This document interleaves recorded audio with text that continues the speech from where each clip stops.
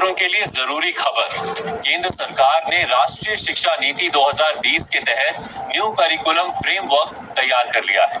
ये बदलाव वर्ष 2024-25 से इस वक्त की बड़ी खबर निकल के सामने आ रही। केंद्र सरकार ने छात्रों के हित में बड़ा फैसला दे दिया है। आपको बता दें, आप चाहे 10वीं के छात्र छात्राएं हो या फिर 12वीं के जो भी छात्र 2024-25 बोर्ड की परीक्षा में बैठने वाले हैं, उनके लिए बड़ी खबर का ऐलान हो चुका है। अभी तक क्या हो रहा था कि साल में एक बार ही बोर्ड की परीक्षाएं होती थी, लेकिन इस बार पेपर पैटर्न में बदलाव किया गया है। इस बार से साल में 2 बार बोर्ड की परीक्षाएं आयोजित की जाएंगी। लेकिन इन बोर्ड परीक्षाओं में काफी सारे छात्र ये सोच रहे होंगे कि पहली जो छमाही में बोर्ड परीक्षा होगी, दूसरी सालाना में, तो दोनों के अंक जोड़कर अंक दिए जाएंगे। तो ऐसा कुछ भी नहीं होगा।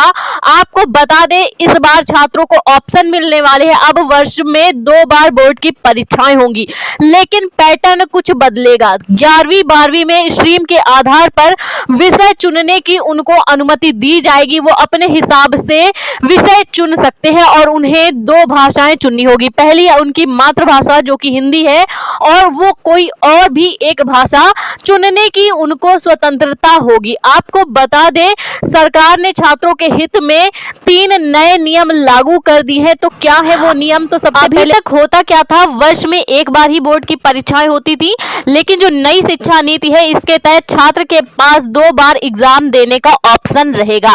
जो छात्र फेल हो जाते हैं, उनको साल भर उसी क्लास में पढ़ना पड़ता है। लेकिन इस बार जो नया पेपर पैटर्न है, उसमें 2 बार, छमाही में भी होगा बोर्ड एग्जाम और सालाना में भी होगा। तो छात्रों के फेल होने का कोई चांस नहीं रह जाएगा। जिस विषय में भी आपके नंबर आए हैं, उसका पेपर आप दूसरे वाले बोर्ड एग्जाम में दे सकते हैं। अगर किसी भी छात्र का 95% बन रहा है और एक विषय में उसके कम नंबर आए हैं, वह छात्र उस एक विषय की भी दोबारा वाली बोर्ड की परीक्षा में पेपर दे सकता है। लेकिन अगर वो बोर्ड परीक्षा, जैसे उसने पहले की भी बोर्ड परीक्षा में सारे पेपर कर लिए, दूसरी भी बोर्ड परीक्षा की उसने सारे पेपर कर लिए, तो जिस भी बोर्ड परीक्षा में उसके जैसे पहले वाले में 90% आए, दूसरे वाले में 95% आए, तो उसको जो भी रिजल्ट चाहिए उसको चुनने की स्वतंत्रता हर छात्र को दी जाएगी। अगर वो चाहे तो 95% वाली मार्कशीट आसानी से ले पाएगा। ये स्वतंत्रता 10वीं 12वीं के सभी छात्र छात्राओं को दी जाएगी। इसमें अगर कोई भी परीक्षार्थी जैसे पहले वाली बोर्ड परीक्षा में फेल हो जाता है,